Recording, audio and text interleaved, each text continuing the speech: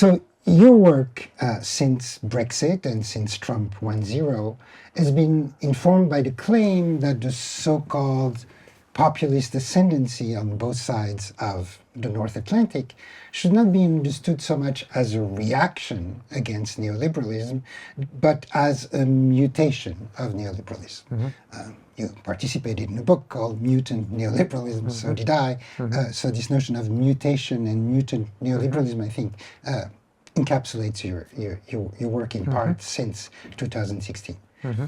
So the question I want to get at, but mm-hmm. that's not the one I'm going to ask right now, mm-hmm. is what do the various Trumpist tribes that mm-hmm. you just described tell us about the continuities, but also the ruptures between the neoliberal world order that your book Globalists described mm-hmm. and the current mutant form? However, before getting to the substance of this mutation, I think it's important to dwell on what prompted it. Namely, the surprising post-Cold War blues mm-hmm. that was experienced by neoliberal intellectuals around the turn of the 1990s, mm-hmm. and something that you write about in the introduction of Hayek's Bastard, among other places. Mm-hmm. So my first question is why did the end of the Cold War cause more disappointment and concerns than elation in neoliberal circles? Yeah, I mean, being a historian, I find it most helpful to kind of often pull back the lens and try to understand this in a kind of a longer perspective. And if you take that longer perspective, as I did in Globalists, and I continue to take in the recent books, I think that you see that neoliberalism is a kind of evolving project itself. And at any given moment, the primary enemies of neoliberalism are also different. So if you think about neoliberalism as a kind of ongoing project to protect capitalism from democracy, as I've theorized it, then the enemies and the threats to capitalism transform from decade to decade. For example, in the 1930s, the dangers for the market and for economic freedom came from the right in the form of fascism and from the left in the form of communism. After the Second World War, for people like Hayek, the threat was less the Soviet Union and more, as he called it in his preface to, or his dedication to the Road to Serfdom, the socialists of all parties, right. By which he meant the Labour Party, by which he meant the Social Democratic Party in places like Germany. So the welfare state and Keynesianism now became the kind of way that we could end up, nevertheless, on a slippery slope to serfdom, a road to serfdom. By the 1990s, of course, the Soviet Union is dead. Communism as an international movement is all but dead. And yet there are still threats to economic freedom, the most efficient allocation of goods through the price mechanism, and they've taken on a different guise. As the Mont Pelerin Society folks met as the wall was falling and the Soviet Union was crumbling, they were surprisingly having this sort of depressive conversation that it seemed that the victory had been won, and yet the enemy had actually mutated, and they used the term themselves. The enemy had gone from red, in many cases they said, to green. So environmental movements, which we must remember were quite powerful in the late 1980s, the effort to combat climate change was actually reaching a sort of a high point and never recovered, you could say, in the battle against CFCs and the response to the problem of the ozone layer. The primary enemy now of the market was less the old one of the militarized working class. The working class was also no longer believing in communism, according to them, but the new threat of an educated elite which was trying to push their values of environmentalism, feminism, anti-racism down the throats of average people and to freeze up the institutions that are otherwise intended to protect the economy with all kinds of social justice demands that would later be called wokeism. So that conversation about culture war issues as the primary concern for neoliberals interested in defending economic freedom above all is not a recent issue that goes back to the end of the Cold War. And in the process of sort of confronting the new challenge of the green enemy, the feminist enemy, the anti-racist enemy, they became concerned that the institutions that they had helped build and would hope would help to protect the market, things like the European Union, they worried these had become kind of Trojan horses for their enemies.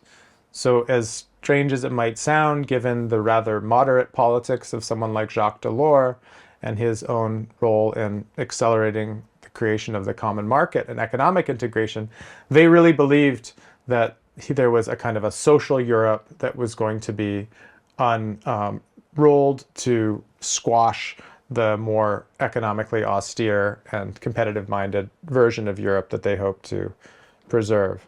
So into the 90s, they saw new enemies. They felt that the state spending that they were opposed to was not actually rolling back. Entitlement programs like Social Security in the United States and other forms of the welfare state still meant that the state was spending a large portion of GDP itself on entitlement programs and the like. So the welfare state was still alive. Socialism was dead, but as they put it, Leviathan lives on.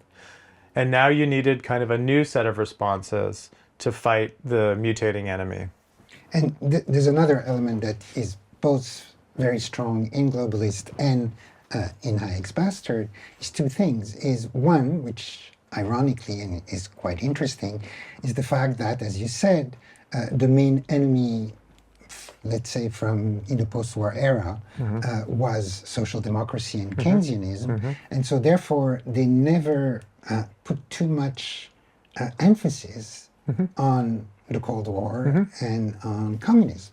On the other hand, what really upset them was the process of decolonization. And so you can say that in 1989, the elation, I mean, I'm just quoting you here, the elation of the end of communism was clearly superseded by the anxiety caused by the end of apartheid.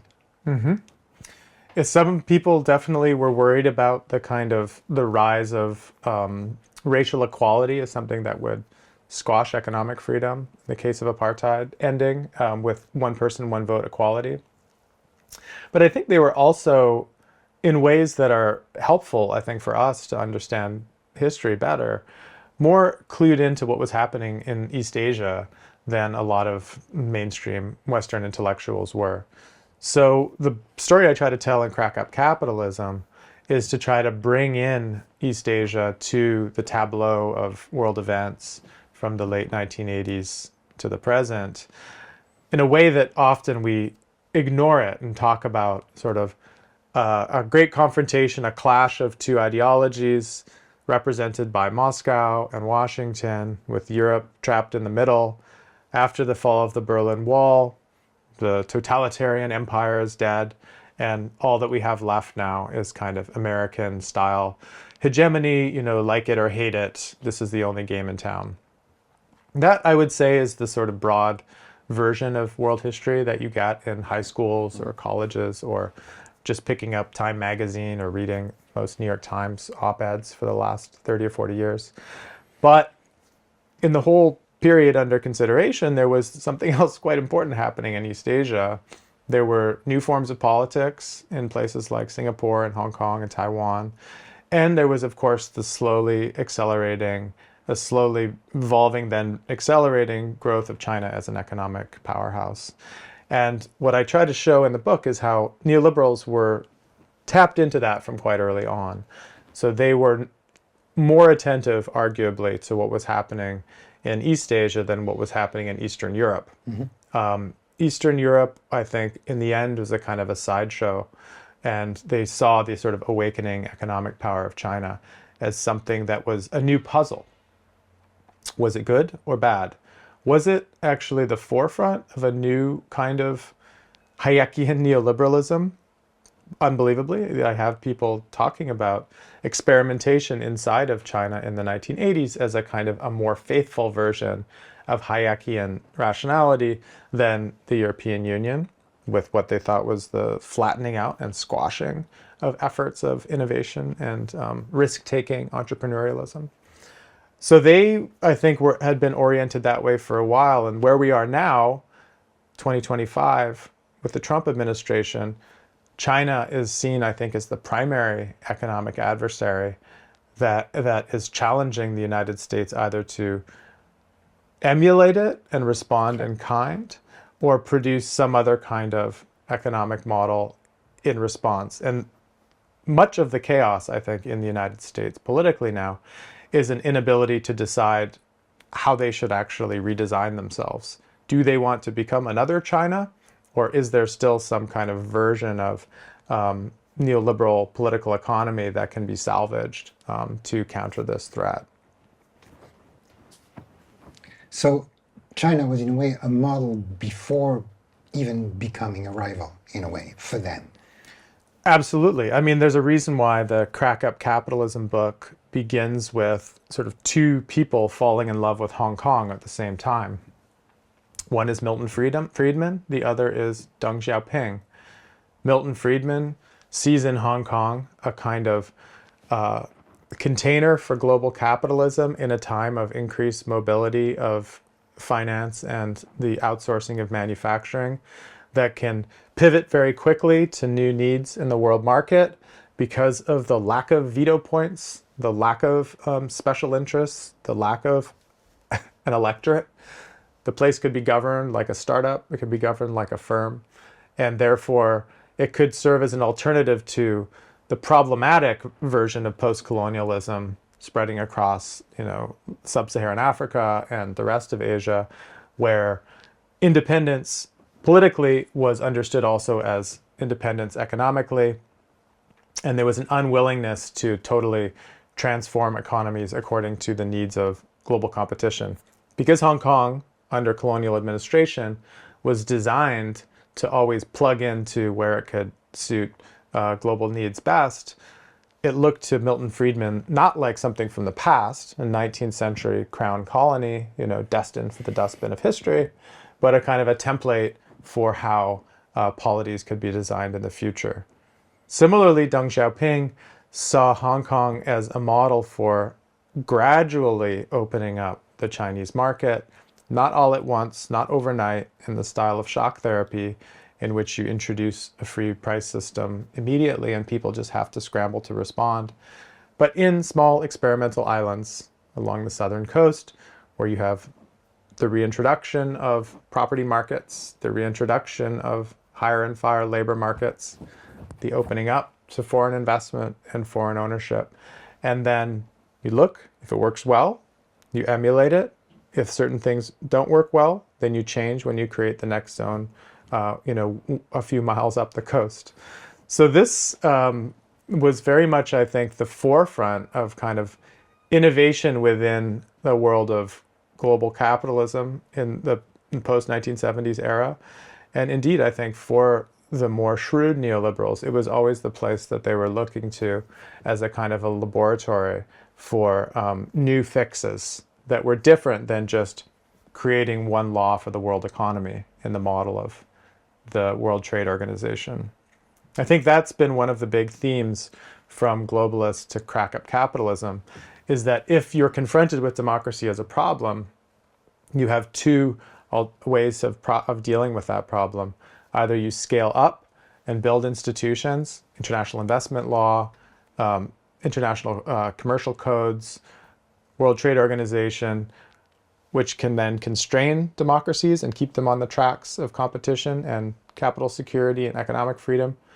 Or you can scale down and create opt-out enclaves, which can operate beyond democratic accountability and control. And that, I think, pincher movement, where the nation exists between institutions above and kind of secessionist enclaves below, is much of where the kind of mutations of neoliberalism is traveling from one pole to the other.